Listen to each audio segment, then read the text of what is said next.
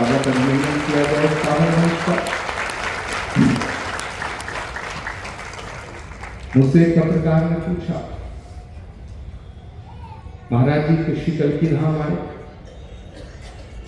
जब श्री कल्की धाम के दिनों पहले वहां जहां भारत के प्रधानमंत्री जी ने अपने हाथों से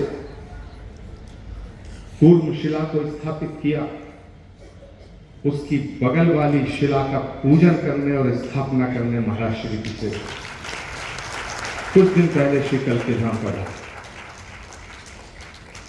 मैं इस पावन मंच से आप सबको श्री कल्की धाम आने का न्योता देता हूं।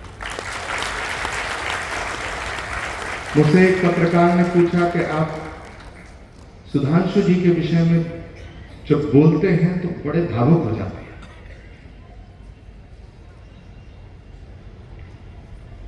बाकी संतों से भी आपका बहुत स्नेह है, आप सबका सम्मान करते हैं, आपको सब प्यार भी करते हैं।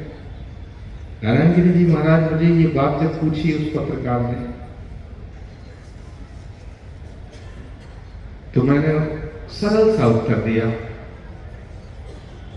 कि सारे संत समान हैं, सारे संत श्रद्धा के पात्र हैं, सारे संत आदर के पात्र हैं, सम्मान के पात्र हैं,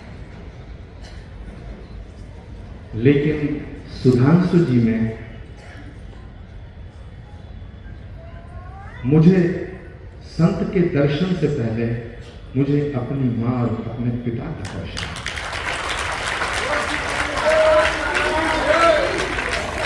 और ये बात मैं कोई छुप के नहीं कह रहा हूं, हजारों की भीड़ में मैंने श्री कल्की धाम के मंच से भी ये उच्चारित किया और आज यहां गए। और वो किस लिए कह रहा हूं, इन 18 वर्षों के संघर्ष में मुझे हजारों लोगों ने फोन किए होंगे, हजारों लोग मुझसे मिलने आए होंगे, कुछ ने मेरे साथ देने का वादा किया, कुछ ने मुझे समझाने का प्रयास किया, कुछ ऐसे भी संत थे जिन्होंने मुझे डराने का काम किया, सत्ता से मत टकराओ, बहुत ताकतवर लोग हैं, संभल में 57% मुस्लिम पॉपुलेशन है, उसके बीच में कल्की धाम की स्थापना बड़ा दुर्लभ कार्य है। किसी ने मुझे कुछ कहा, किसी ने मुझे कुछ कहा, लेकिन पूज्य सुधांशु जी महाराज ने वो कहा जो किसी ने नहीं कहा। पूज्य महाराज श्री से जब जब मेरी बात होती थी, जब जब मेरी बात होती थी, चाहे बात छोटी हो या बात लंबी हो, कोई हो, लेकिन एक दो बार, हर बार वो एक बात कहते थे कि मुझे आपकी सुरक्षा की चिंता है, और जो जिंदगी की चिंता करे, जो फिक्र करे, वो धरती पे और कोई नहीं है, या तो मां करती है या बाप। महाराज श्री से जब मेरी बात होती तो मैंने एक बार सोचा कि आखिर ये बार बार ये बात क्यों कहते। अब मुझे बताओ, जो दुनिया की फिक्र करे वो दुनिया है, जो मेरी जिंदगी की फिक्र करे वो मेरी मां, मेरा बाप ही तो हो सकता है। ऐसे संत शिरोमणि पूज्यपाद आचार्य सुधांशु जी महाराज श्री के सानिध्य में बैठ करके आप सौभाग्यशाली हैं। मुझे एक छोटा सा प्रसंग याद आता है।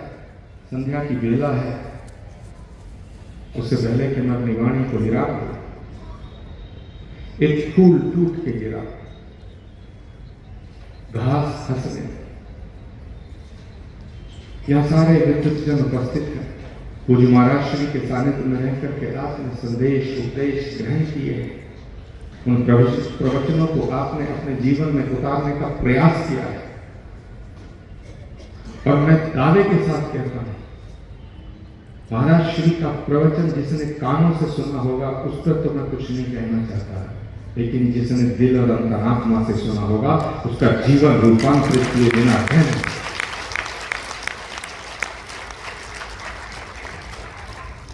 आज टेलीविजन पर बहुत कथाएं सुनते हैं आप लोग, कथाओं का दौर, सनातन का दौर, भजन का दौर, सत्संग का दौर।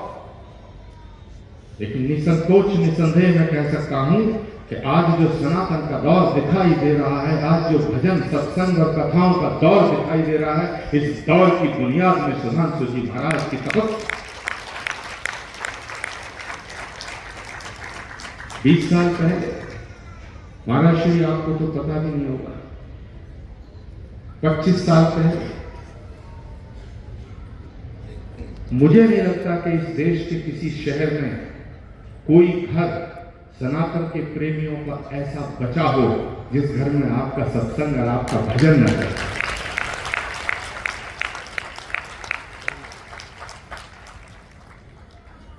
आपने कितने जीवन को कितनी सरलता और सुगमता से रूपांतरित किया, आपने कितनी जिंदगियां बदली, आपने कितने ही आंगन में फूल खिलाए हैं, कितने दामन हैं जो खुशियों से भर दिए, और जो किसी के दामन को खुशियों से भर दे, किसी के आंगन में फूल खिलाए, जो किसी के जिंदगी के दर्द को मुस्कुराहट में परिवर्तित कर दे, उसका नाम सुधांशु जी।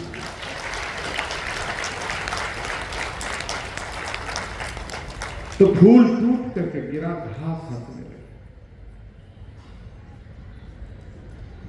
फूलने का घास मैं टूट के गिर गया, इसमें हंसने की क्या बात है?